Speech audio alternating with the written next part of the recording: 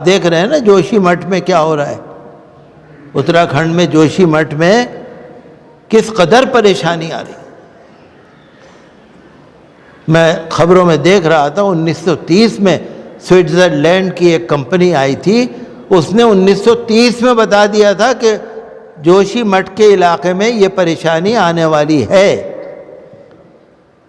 1970 کا سروے ہوا تھا، 1976 کا سروے ہوا تھا، 1980 کا سروے ہوا تھا، 2006 میں سروے ہوا تھا، 2013 میں پارلیمنٹ میں سشما سوراج نے جوشی مٹھ کی زمین کے بارے میں کافی کچھ بولا تھا۔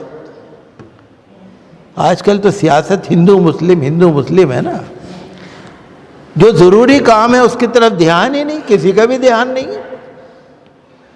علی گڑھ میں آپ نے سنا ہوگا مکانوں میں دراڑیں پڑ گئیں۔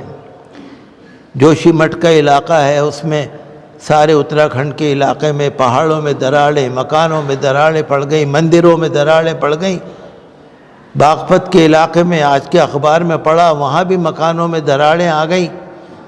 چمولی ایک ضلع ہے، اس کے اندر ایک کرن پریاگ ایک جگہ ہے، وہاں پر مکانوں میں دراڑیں آ گئیں۔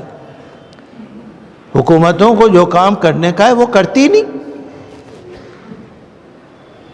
این ٹی پی سی جو این ٹی سی پی یا این ٹی پی سی کیا ہے، وہ وہاں کام کر رہی ہے جوشی مٹھ میں، پہاڑ کاٹ رہی ہے، ٹنل بنا رہی ہے۔ آپ کو معلوم ہے نا دلی میں بھی میٹرو کی لائنیں نکلی ہیں نا، دلی میں میٹرو کی لائنیں، اجمیری گیٹ، چاوڑی بازار، لال قلعہ، چاندنی چوک میں میٹرو کی لائنیں پڑی ہیں نا، وہاں بھی یہی لائنیں پڑی ہیں، یہاں بھی یہی لائنیں پڑی ہیں، یہاں بھی شہر کے پرانی دلی کے سارے سیور بند پڑے ہیں، یہاں بھی ساری پانی کی لائنیں لیک ہو رہی ہیں، پانی مر رہا ہے بلڈنگوں میں۔ یہاں بھی دلی کے اندر بھی کئی مکان پچھلے دنوں گر گئے، فراش خانے میں ایک مکان گر گیا، کچھ موتیں بھی ہو گئیں۔ تو آج کل نا سیاست بس ہندو مسلم رہ گئی، کوئی حجاب کی سیاست، کوئی کسی کی سیاست۔ میں پڑھ رہا تھا کہ بنگلور کے اندر مسلمان لڑکیاں جو پڑھتی ہیں کالجوں میں، اسکولوں میں، انہوں نے سرکاری کالجوں میں، اسکولوں میں جانا بھی بند کر دیا۔ کیسے جائیں بیچارے؟ حجاب کا مسئلہ ہے نا، کیسے جائیں؟ پرائیویٹ اسکولوں میں، پرائیویٹ کالجوں میں، کورسپونڈنس کورس میں مسلمان لڑکیاں پڑھ رہی ہیں۔ ہم تو سپریم کورٹ سے اور کورٹ سے یہی کہیں گے کہ بھئی جو دوسرے فرقے کے کچھ لوگوں کو پرمیشن دے رکھی ہے کچھ چیزوں کی، تو مسلمانوں کو بھی دے دو۔ حجاب کے مسئلے سے کوئی بہت زیادہ پریشانی تو آنے والی ہے نہیں۔ تو ہم تو یہی امید کرتے ہیں کہ انصاف ملے، انصاف ملے۔ یوم جمہوریت تھا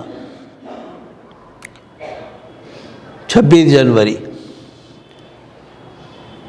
نئی دلی میں پریڈ نکالی گئی، بہت شاندار پریڈ، جہازوں نے کرتب دکھائے، فوج نکالی گئی، جھانکیاں نکالی گئی، بڑا شاندار، بہت شاندار رہا۔ مصر کے عبد الفتاح السیسی جو صدر ہیں، رئیس، وہ بھی تھے مہمان خصوصی۔ سب لوگ خوش ہوئے، ہمارا بھی دل خوش ہوا۔ ہر ہندوستانی کا سر فخر سے اونچا ہو گیا، ہر ہندوستانی، چاہے ہندو ہو مسلم ہو، کوئی بھی ہندوستانی جو ہے اس کا سر فخر سے اونچا ہو گیا، خوش ہوا۔ ہمارا ہندوستان آج اتنی ترقی پر ہے، یہ کس وجہ سے ہے؟ اس وجہ سے کہ ہندوستان کے ہر آدمی نے دل جان سے محنت کری اور دیش کو آگے بڑھایا۔ ویر عبدالحمید کا نام تو آپ جانتے ہی ہوں گے، ویر عبدالحمید، اے پی جے عبد الکلام کا نام تو آپ جانتے ہی ہوں گے، اور ایسے ہی بہت سارے ہندو مسلم سکھ عیسائی، بہت سارے جنہوں نے اس دیش کو آگے بڑھایا۔ کیونکہ ہمارا جو سنویدھان ہے نا، ہمارا جو کانسٹیٹیوشن ہے، دستور، وہ اتنا اچھا ہے کہ اگر اس کے سہارے دیش چلتا رہا، ہندوستان آگے بڑھتا رہا تو ترقی ہی ترقی ہے۔ کچھ لوگ کہتے ہیں کہ سنویدھان بدل دو، کچھ لوگ کہتے ہیں کچھ اور کر دو، کوئی کہتا ہے مسلمان برے، کوئی کہتا ہے سکھ برے، کوئی کہتا ہے عیسائی برے۔ اگر اس طرح سے نفرت بڑھتی رہے گی تو ہمارا دیش آگے نہیں بڑھے گا، پیچھے ہو جائے گا۔ تو ہم تو یہی چاہتے ہیں کہ دیش بھی آگے بڑھے اور ہندوستان کا جو سنویدھان ہے اس کی بھی حفاظت ہو، جو ہماری جمہوریت تھی اس کی بھی حفاظت ہو۔ لوگ چاہتے ہیں کہ مذہب اسلام کو دبا دیں، مذہب اسلام کو بدنام کر دیں، مذہب اسلام کو ختم کر دیں۔ لوگ چاہتے ہیں کہ اس کی اذان کی آواز ہی نہ آئے، نماز پڑھتے ہوئے لوگ نظر ہی نہ آئے، ٹوپی پہنے ہوئے داڑھی پہنے ہوئے لوگ نظر ہی نہ آئے۔ لوگ چاہتے ہیں، سب نہیں، کچھ لوگ چاہتے ہیں۔ ان کے چاہنے سے کیا ہوتا ہے؟ مدعی لاکھ برا چاہے تو کیا ہوتا ہے؟ وہی ہوتا ہے جو منظور خدا ہوتا ہے۔ لاکھ برا چاہے، کسی نے کہا ہے نا کہ پھونکوں سے یہ چراغ بجھایا نہ جائے گا۔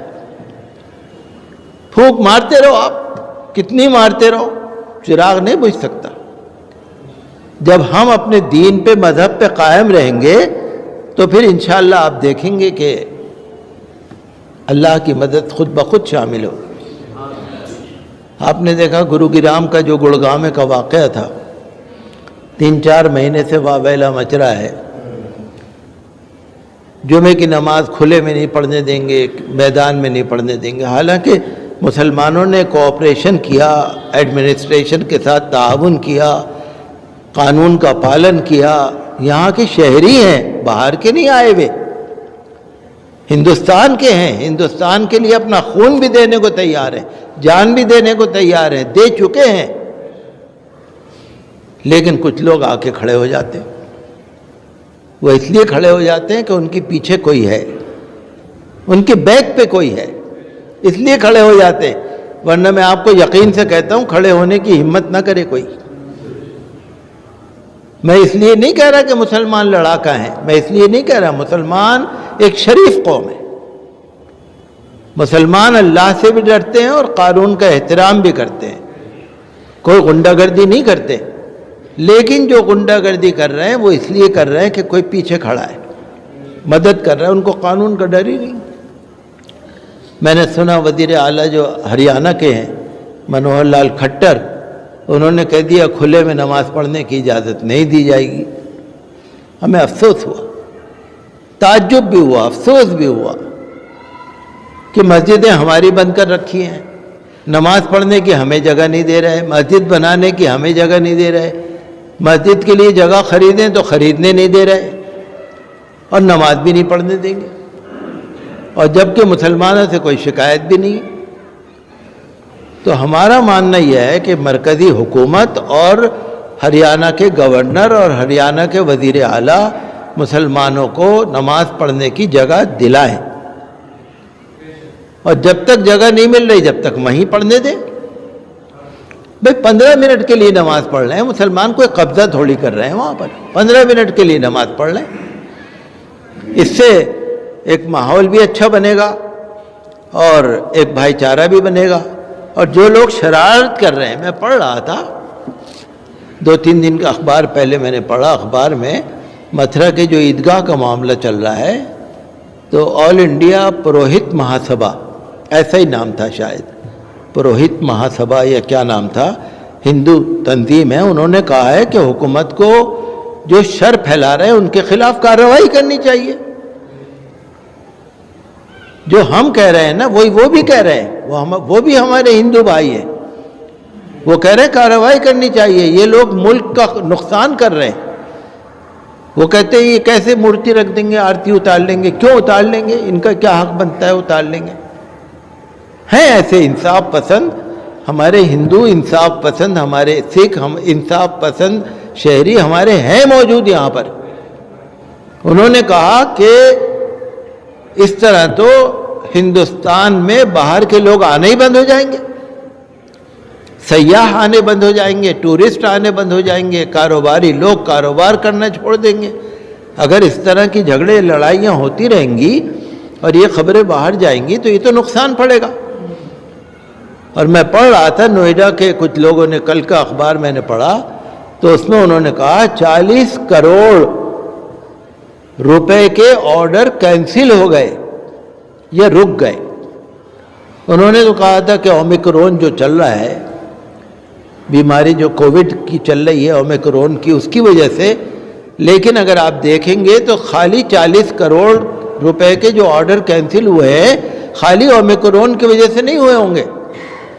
یہ جو ہندوستان میں روز کا جھگڑا ہے نا، موب لنچنگ، روز کا جو جھگڑا ہے، تو یہ چیز اگر ختم ہو جائے، امن ہو جائے، تو ہندوستان میں آپ دیکھیے بہت ترقی ہو جائے گی، ٹورسٹ آئیں گے، بزنس آئے گا، باہر کے پونجی پتی لوگ آئیں گے، باہر کا کاروبار کریں گے۔